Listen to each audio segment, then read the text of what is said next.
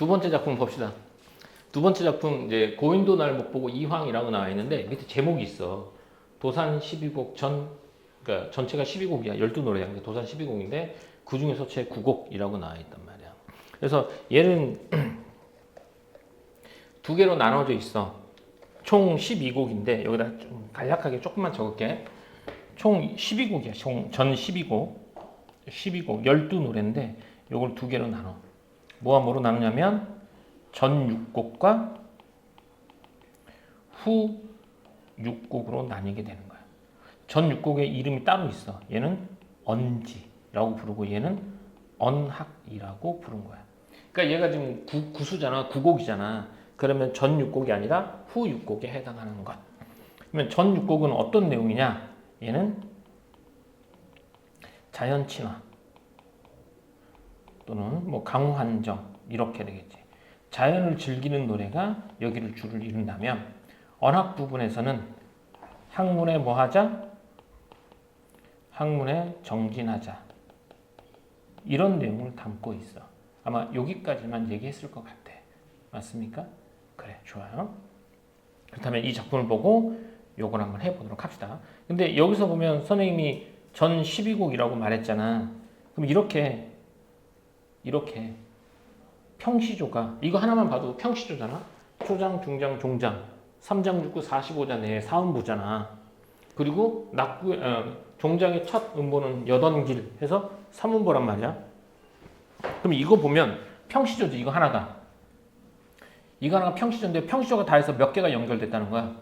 12개가 연결되어 있어. 그래서 이런 시조를 뭐라고 부른다? 연시조라고 부른다는 거야. 그래서 이런 애들을 뭐라고 부른다? 이런 애들을 연시조라고 부른다. 이렇게 돼.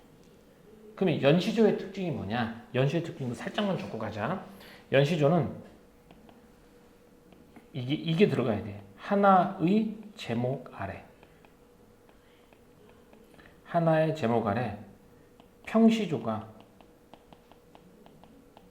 몇 수 이상 연결된 거? 2수 이상 연결된 걸 우리는 뭐라고 불러? 연시조라고 불러. 그럼 이걸 보면서 하나 알 수 있는 게 만약에 이게 평시조였다면 제목이 있어 없어? 제목은 없어. 원래 제목은. 그래서 평시조는 원래 제목이 없어. 그러면 제목을 어디까지 하느냐? 앞에 1구 고인도 날 못 보고 여기가 제목인 거야. 그럼 여기서 제목은 원래는 도산 12곡이라는 제목이 있지. 근데 평시조니까 이렇게 해놓은 거야. 근데 앞에 거 한번 가볼까? 황진이잖아. 이 시의 제목이 뭐였어? 어저 내일이야. 어저 내일이야. 앞에 이음보가 제목이 되는 거야. 원래 평시조는. 그래서 평시조는 제목이 없고 제목이 있다 그러면 걔는 무조건 연시조. 이렇게. 자, 앞에 있는 게 평시조 중에서도 누구의 이야기였냐면 기생이, 사랑과 그리움, 뭐 이별 이런 것과 관련된 얘기였다면 얘는 4대부죠. 이황이라는 지배층, 고인도 날 못 보고 요거예요. 자, 요 내용 한번 가보도록 할게요. 일단 먼저 내용부터 한번 가보도록 합시다. 고자가 옛 고자예요. 옛사람도 날 못 보고 나도 옛사람을 못 빼요. 당연한 거 아니겠어요? 옛날 사람이 이미 다 죽었으니까. 나만 살아있으니까 그거죠. 근데 여기서 말하는 고인이라고 말하면 단순히 옛날에 살았던 사람을 뜻하는 것이 아니라 옛 성인들을 말해. 옛날 성인들이라고 하고 성현들이라고 하죠. 뭐 대표적인 사람 누가 있어? 뭐 공자, 맹자, 뭐 순자, 뭐 이런 과거의 성인들을 말해. 옛 성인들도 날 못 보고 나도 옛 성인을 못 보죠. 당연한 거겠죠. 죽었으니까. 그래도 고인을 못 봐도 옛 사람을 보지 못해도 여던 길이 앞에 있네라고 해요. 여던 길은 가던 길이거든. 누가 가던 길이? 옛날 사람들을 못 봐도 옛 성인들을 보지 못해도 옛 성인들이 뭐 하던 길이 있어? 가던 길이 있지? 가던 길이 어디? 앞에 있네. 이렇게 되는 거야. 그럼 옛 성인들이 가던 길이 어떤 길이라는 거야? 바로 학문에 정진하던 길인 거야. 그 옛 성인들이 가던 길이 내 눈앞에 있네. 가던 길이 눈앞에 있네. 이렇게. 그럼 어떻게 해? 가던 길이 앞에 있으니까 어떻게 한다는 거야? 가던 길 앞에 있으니 아니 가고 여다가 가다라는 뜻이거든. 여기서 여든 그러면 가든 여기서 여고 가고 이렇게. 그래서 가던 길이 앞에 있거든. 아니 가고 어찌하겠는가라는 얘기는 그 길을 어떻게 하겠다는 거야? 가겠다는 얘기가 되겠지. 즉 옛 성현들의 삶을 옛 성현들이 가던 길, 학문에 정진하는 길을 나도 가겠다라는 다짐인 거야. 이렇게 여기가. 그렇죠? 어쩔고 했으니까 서리법을 통해서 고인의 길을 걷겠다는 다짐, 의지를 다지는 게 이렇게 된 거야. 이게 내용은 이런 내용이에요. 옛 사람도 날 못 보고 옛 성현들도 날 못 보고 나도 옛 성현들을 못 봬요. 옛 성현들을 보지 못해도 그들이 가던 삶의 길, 학문의 길이 앞에 있네. 앞에 있으니 어떻게 돼? 아니 가고 어찌 하겠는가? 아니 가고 어떻게 하겠는가? 가겠다라는 뜻이겠죠. 그래서 옛 성현들의 길, 옛 성현들이 가던 길, 학문의 길을 가겠다는 다짐이 되겠습니다. 아까 얘기했잖아. 언학이라고 후6곡 학문에 대한 정진을 노래한 작품이 이 작품이야. 그러면 이 작품에 나와 있는 것 중에서 표현법을 몇 가지만 한번 가볼까요? 일단 첫 번째 갑시다. 여기를 슬래시 합시다. 고인도 여기서 잘랐어요. 고인도 주어지, 나도 주어지, 나를 목적어죠. 고인을 목적어죠. 못 보고 부사어 서술어요. 여기를 기점으로 해서 이쪽과 이쪽이 완벽하게 뭘 이루는 거야? 대칭을 이루지, 짝을 이루지. 그걸 우리는 뭐라고 불러? 대구라고 불러요. 대구는 짝을 이룬다. 구가 몇 어절 이상이? 2어절 이상이 서로 짝을 이루는 거야. 그래서 얘는 지금 2어절 이상이 서로 짝을 보는 거죠. 그런과 동시에 유사한 통사구조의 반복이라는 말도 쓸 수 있어요. 여기서 통사구조라는 말은 문장 구조야.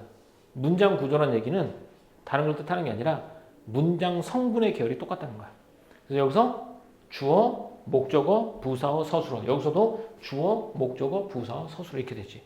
이렇기 때문에 얘는 대구법도 되고 유사한 통사구조의 반복도 된다. 이렇게. 그 다음에 하나 더 볼게. 요거는 또 니네 그 교과서 내용에는 없긴 한데 봐요. 고인도 날 못 보지. 이걸 A라고 할 거예요. 나도 고인을 못 봐요. 이걸 뭐라고 해? B라고 할 거야. 다른 내용이니까. 근데 나도 고인을 못 본다는 얘기가 어디 나와? 고인을 못 봐도 해서 어떻게 되니? 반복이 되지. 그 다음에 새로운 내용이 여던 길이 앞에 있는 애가 새로운 길이 나와요. 근데 앞에 있네지. 여던 길 앞에 있거든. 이라고 또지. 뭐가 반복돼? C가 반복되지. 그럼 여기는 뭐가 되겠어? D가 되겠지. 어떻게 돼요? 이걸 뭐라고 한다고? 이걸 무슨 법? 이걸 연세법이라고 해요. 이렇게. 이게 왜 연세법인지 알겠죠? 고인도 날 못 봐, 나도 고인을 못 봐. 여기까지 끝났어. A, B. 근데 고인을 못 봐요. 그걸 또 다시 반복합니다. 그래서 고인을 못 봐도 여던 길 앞에 있네. C. 여던 길 앞에 있는 거 어디서 반복해? 또 여던 길 앞에 있거든. 이렇게 반복하죠. 이게 꼬리에 꼬리를 문다 해서 연세라는 말을 써요. 연세법이라는 말을 씁니다. 그래서 그걸 선생님이 여기 써놓은 게 여기가 이렇게 돼요. 이게 연세법 또는 다른 말로는 연세적 반복이라는 말을 씁니다. A로 시작해서 B로 끝났어요.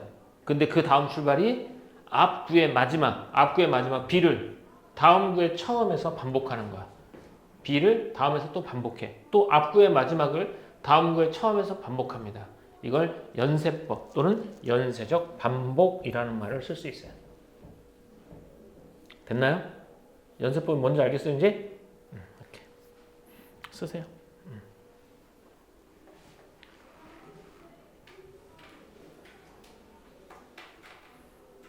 오케이, 좋습니다. 이게 이황의 고인도 날 못 보고 전 12곡 중에 9곡에 해당합니다. 내용까지 그리고 형식까지 좀 봤어요. 자, 여기 또 한번 가볼게요. 여기 아까 여기보다 멈췄는데 여기 보면 갈래가 뭐라고? 연시조라고 나와 있죠? 평시조가 2수 이상 연결된 걸 연시조라고 부른다. 사대부가 적기 때문에 사대부겠죠. 의지적이겠죠? 어떤 의지? 옛 성현들의 삶을 따르겠다. 옛 성현들이 가던 길, 학문의 길을 가겠다라는 의지적이고 그 다음에 교훈적이고 우리한테 교훈을 주죠. 네, 도학적이라는 얘기는 학문에 대한 정진하겠다 뭐 그런 내용이겠죠. 다음 고인의 삶을 본받고자 하는 의지가 되겠고 특징은 고인이 깨닫고자 했던 도를 고인이 걷던 길로 비유하는 거야. 그러니까 그들이 하고자 했던 길을 나도 따라가겠다. 네, 서리법 나와 있고 이거 시조기 때문에 몇 음부? 4음부의 율격을 가지고 있다. 이렇게. 자, 됐고 요건 됐습니다. 자, 다음 거 한번 가볼까요? 여기까지가 평시조 2개 알아봤어요. 다음 작품은 무슨 시조? 사설시조가 되겠죠. 사설시조인데 요걸 좀 편집상에 미리 얘기 좀 해줄게요. 이게 좀 편집상에 조금 문제가 있는데 요게 초장입니다. 요 한 줄이죠. 한숨이 나오는 게 초장이고요. 요거 세 개가 중장이에요.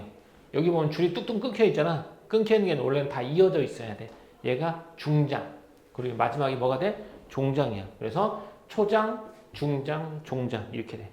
근데 지금 어디가 중장이 비정상적으로 길어졌지? 이걸 사설시조라고 한다라는 거야. 그래서 초장, 중장, 종장이고 작자를 한번 볼까요? 작가 뭐라고 나와 있습니까? 작자 미상이라고 나와 있지. 그럼 자신의 이름을 날리고 싶지 않았어. 범죄자 아니면 서민이라는 거지. 그러니까 서민들이 어떤 삶의 괴로움, 삶의 고통 이걸 해학으로 풀어내려는 작품이 이런 작품이 되겠습니다. 자, 처음부터 한번 가볼까요? 한수마, 새 한수마. 이 새자가 가느다랄 새자거든요. 그러면 한수마, 가느다란 한수마 누구한테 말하는 거야? 누구한테 말하는 거야 지금? 한수마, 가느다란 한수마, 너라고 말했잖아. 여기서 너가 누구야? 그래, 한숨인 거야. 여기 너가 한숨이죠. 그래서 너가 누구다? 한숨이다 이렇게 돼. 그럼 얘는 같은 거야 이렇게. 이게 아는 누굴 부르냐는 혹격조사죠. 얘는 너는 몇 인칭 대명사? 몇 인칭 대명사? 2인칭 대명사죠. 얘는 2인칭 대명사야. 둘 다 누구를 지칭하는 말이야? 바로 청자를 지칭하는 말입니다. 그래서 청자를 지칭하기 때문에 이런 2인칭 대명사랑 혹격조사가 나오면 말을 건네는 방식이라고 보는 거야. 그러면 한숨이 사람 말을 알아듣니 못 알아듣니? 못 알아듣지. 그치? 근데 못 알아듣는 사물한테 사람 말을 알아듣는 것처럼 표현했어요. 즉 무생물한테 말을 건네잖아. 그거 자체가 의인법입니다. 그리고 또 하나 한숨한테 너라는 말을 썼죠. 너가 2인칭 대명사잖아. 이때 인이 사람이란 말이야. 그러니까 사람을 칭하는 대명사가 쓰였기 때문에 얘는 혹격조사이면서 말을 건네는 방식이면서 의인법이 된다. 이렇게 돼요.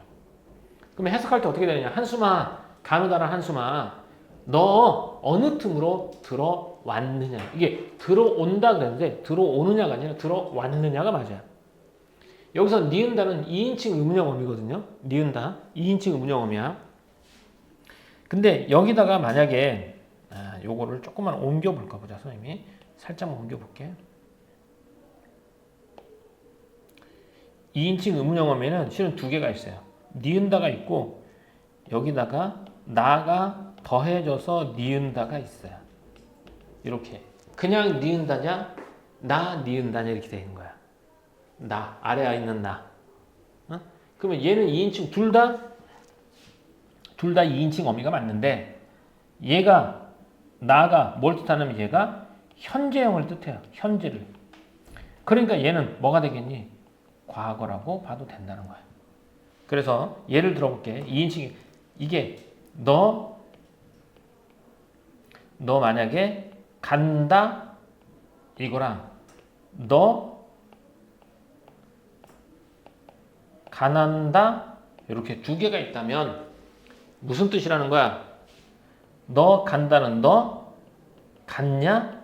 과거형이고 너 가난다 그러면 너 가느냐? 이렇게 현재형이 된다는 거야. 그렇죠? 이렇게 현재형으로 되기 때문에 이때 들어온다는 그냥 들어오다에다 니은다가 붙어있기 때문에 2인칭 의문형음 중에서 그냥 과거형이라서 너 들어왔냐? 이렇게 되는 거야. 너 어느 틈으로 들어왔냐? 이렇게. 됐어요? 그러니까 한숨을 의인화해서 사람처럼 표현한 거야. 한숨아 가느다란 한숨아 너 어느 틈으로 들어왔냐? 고모장지, 새살장지, 가로다지, 여다지라고 했는데 얘네들은 다 문의 종류에 중요하지 않아요. 그러니까 고모장지, 새살장지, 간을 창살로 된 장지냐, 가로다로 닫느냐, 밀어서 열고 닫느냐 이런 거잖아. 문의 종류야. 그래서 이런 다양한 문의 종류에다가 암돌적이, 숫돌적이, 배목골세 뚝딱 받고 그래서 암돌적이, 숫돌적이라고 했는데 이거 문의 부속품입니다. 문을 잠글 때 쓰는 부속품이에요. 그래서 암돌적이, 숫돌적이, 배목골세 끼우는 거, 그 다음에 뚝딱 받고 용거북 자물쇠로 용 문양과 거북이 문양이 되는 자물쇠로 깊이 채웠는데 이런 거야. 뭐가 들어오지 못하게 하기 위해서 한숨이 들어오지 못하게 하기 위해서 각 문마다 당연히 문의 부속품에다가 자물쇠를 채워서 깊이 잠궜는데 한숨이 못 들어오게 했는데 어떻게 돼? 병풍이나 덜컥 채웠는데 병풍이라 덜컥 접은 족자라 떼굴떼굴 만다라는 뜻이야. 그럼 어떻게 병풍이라 덜컥 접어버리는 거야. 한숨으로 인해서 어느 틈으로 한숨이 들어온 거야. 그래서 세웠던 병풍을 덜컥 접어버리고 족자라는 거지. 족자 그림이 이렇게 족자 있잖아. 그걸 바람에 떼굴떼굴 말았느냐. 이거 만다도 니은다니까 의문형음이지. 떼굴떼굴 말았느냐 이렇게. 한숨이 들어오게 않기 위해서 문 꽉 닫고 열쇠 채워가지고 깊이 잠궜는데 어느 틈에 들어와서 병풍을 접어버리고 족자를 떼굴떼굴 말았느냐 이렇게. 너 어느 틈으로 들어왔느냐 이렇게 됩니다. 그래서 한숨이 나오죠. 이 한숨을 막으려고 했지만 그 노력이 어떻게 실패한 것이 되겠죠. 이렇게. 근데 얘들아 한숨을 이렇게 한다고 한숨은 여기서 근심이잖아. 근심은 막는다고 막아지는 게 아니지. 왜? 근심은 추상적인 거거든.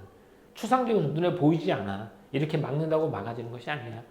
이런 것에 대해서 해악을 느끼는 요소가 되겠죠. 나열하고 열거해서. 그래서 한숨을 막으려는 노력이 여기서 실패한 것이겠죠. 그 다음 어인지 너온 날 밤이면 여기서 너가 누구라고요? 한숨이 오는 날 밤이면 잠 못 들어 한다라는 뜻이야. 잠을 들지 못해 한다라는 거. 그 사람은 어떤 삶의 애환을 가지고 있는 사람이에요. 삶의 애환이 없었으면 했는데 삶의 애환, 한숨이 들어와서 잠을 이루지 못할 정도로 깊은 시름에 잠겨 있는 것이 되겠죠. 이렇게 뒤척이면서 잠을 이루지 못한다. 이거 사자성어로 뭐라고 하냐? 뒤척이면서 잠을 이루지 못하는 것을 전전반측이라고 합니다. 아이고, 박측이 아니라 전전반측. 뒤척이면서 잠을 이루지 못하는 모양, 전전반측 되죠. 이렇게. 그래서 일상생활의 삶의 여한을 해악으로 풀어내는 옛 선인들의 지혜 이런 것들을 볼 수 있겠죠. 그러면 여기 중장 부분이잖아. 중장 부분에 대한 설명을 조금 설명해 보면 좀 행동을 좀 과장했죠. 행동을 과장함으로써 해악적으로 표현했다라고 말하는 거야. 이 해악이 뭐예요? 우스꽝스럽게 표현하는 거죠. 단순하게. 그래서 선생님이 해악과 풍자를 어느 정도 비교를 해봐야 될 것 같아서 저는 이렇게 해악과 풍자 따로 써놨어. 해악과 풍자. 공통점 뭘까? 약간 이제 웃음인 거죠. 근데 해악에는 뭐가 없어? 비판이 없어요. 그래서 해악은 우스꽝스럽긴 하겠지만 우스꽝이긴 하겠지만 뭐가 없어? 비판이 없어요. 비판이 없고 여기에 대상에 대한 따뜻한 애정 그리고 동정, 연민, 불쌍하게 여기는 마음이 있는 거야. 여기서 이 여인이 한숨 때문에 그 근심 때문에 괴로워하고 있는 거잖아. 그 화자에 대한 애정과 연민을 가지고 있기 때문에 얘는 해악으로 들어가는 거야. 그럼 비판은 뭐가 있겠어? 그러니까 풍자에는 약간 우스꽝스럽게 나타내지만 여기 뭐가 플러스돼야 돼? 비판 의식이 들어 있어야 된다는 거야. 그러니까 비판 의식이 있을 때만 뭐가 된다? 풍자라는 말을 쓸 수 있다. 이렇게. 그랬더니 학생들이 꼭 이렇게 말합니다. 선생님, 어딜 봐서 이게 우스꽝스럽게 표현한 겁니까? 이렇게 되잖아.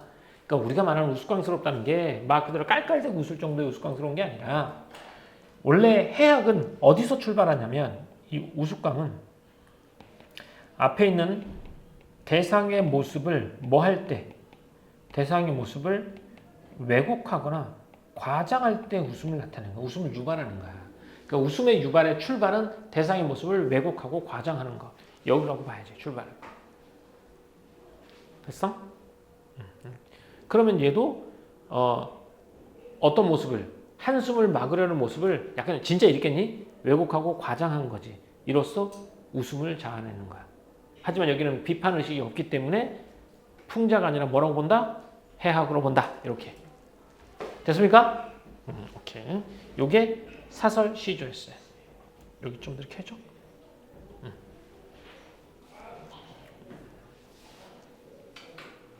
이렇게.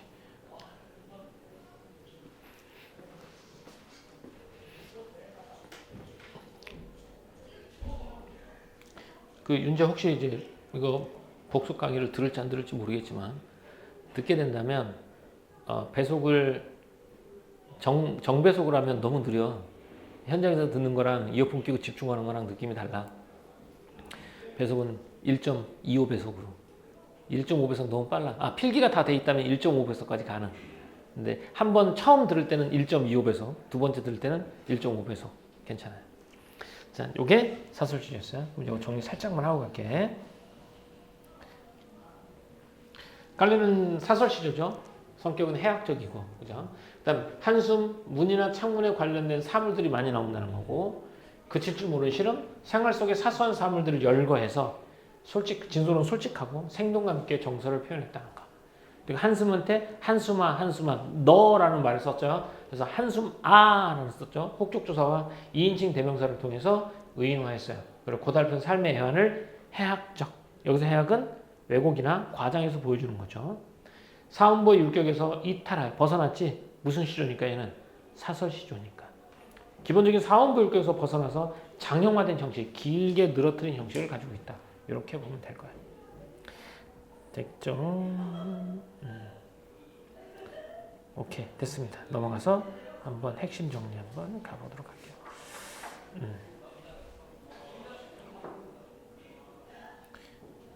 정형식 시조에 대해서 아까 했던 거 다시 복습이야. 한번 가보자.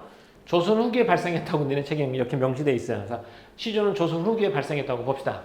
조선시대 크게 발전하였으며 조선 후기에는 평시조보다 긴 사설시조가 유행하고 향유층이 확대됐다는 거야. 확대됐다는 얘기는 지배층에 썼다가 조선 후기 넘어가면 지배층도 쓰고 누구까지?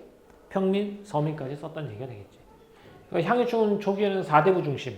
그러다가 중기로 넘어가면 조선 중기는 기생도 창작에 참여했지. 황진이 같은. 하지만 조선 후기에는 중인에 이르기까지 향유계층이 확대됐다는 거. 기본 형식은 3장 6구에 45전 내외 처음 했던 거고 사음보의 율격을 지니자. 그다음에 종장의 첫 구는 삼음절로 고정된다는 거. 이게 기본 형식이야.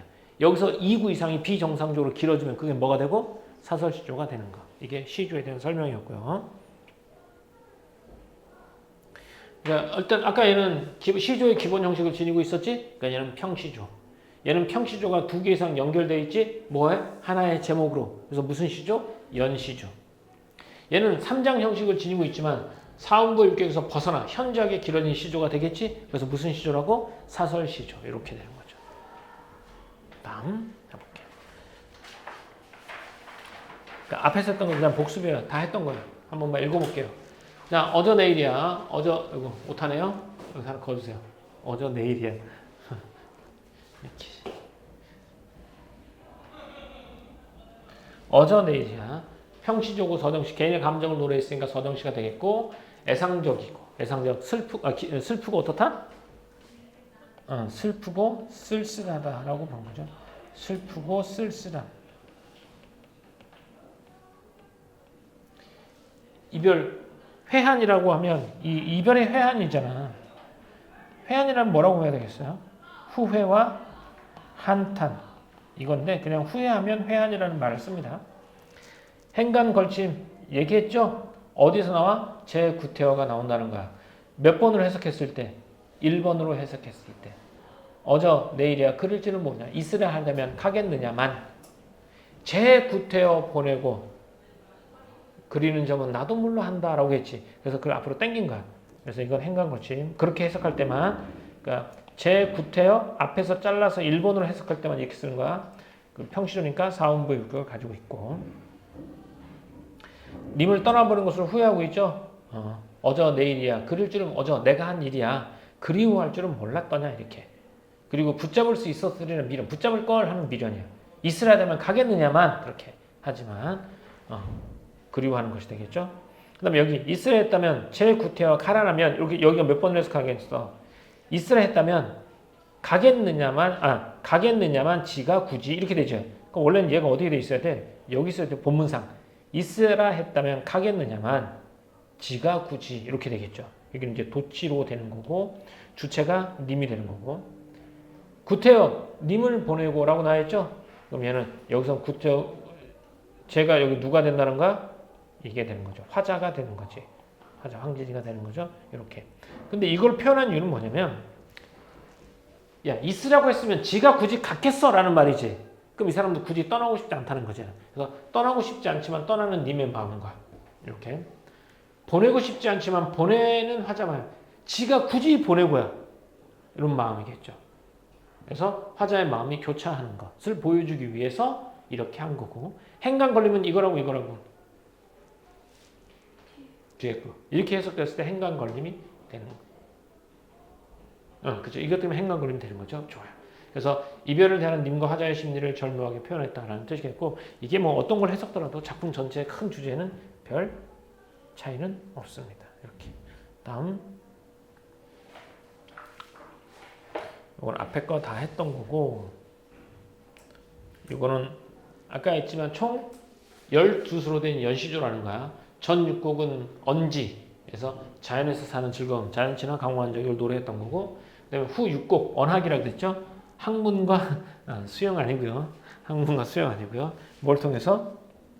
수양을 통해서 학문과 수양을 통해 바른 성정을 기르는 뜻을 담았다라는 거. 이렇게. 다음 사대부들의 성리학적 이상생활이 나타나 있다. 이렇게 나와 있죠. 요거 평시적고요. 다음 거 한번 가볼까?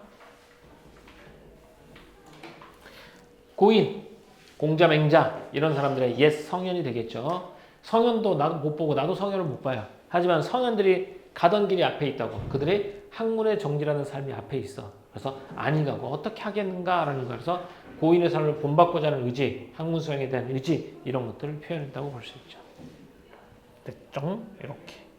그 다음 나와 다를 비교해 보자면 나는 연시조이면서 평시조지. 이 두 개를 비교하기가 좋아. 얘는 영시적인 한 수라고 했지만 어쨌든 얘도 무슨 시조니까? 어쨌든 얘도 무슨 시조? 평시조가 되니. 그럼 평시조와 사설시의 차이점 잘 나오겠죠. 가장 잘 보여주죠. 조선시대 유학자 사대부입니다. 지배층이죠. 여기는 몰락 양반, 중인 또는 평민 등이 주로 썼어요. 길이는 일반적인 평시조죠. 여기는 평시조에 비해 중장이 훨씬 긴 것이겠고 소재는 유교적 삶의 자세 나타나지 추상적이고 관념적이죠. 해학이 주로 나타나지 않습니다. 풍자도 잘 나타나지 않아요. 하지만 사설시조는 잡다한 사물들을 나열하지 구체적인 거야. 그래서 관념적이고 추상적인 것이 아니라 구체적이고요. 고달픈 삶을 해학적으로 표현했죠. 이렇게 해학적. 그래서 얘는 학문 수양에 대한 의지, 그치지 못한 실험을 웃음을 통해서 풀려는 선조들의 지혜가 담겨 있다라는 거죠. 이렇게. 일단 사설시조 됐고 여기 이게 평시조와 구별되는 사설시조의 특징인데 길이와 음보율하죠. 길이가 길어졌지?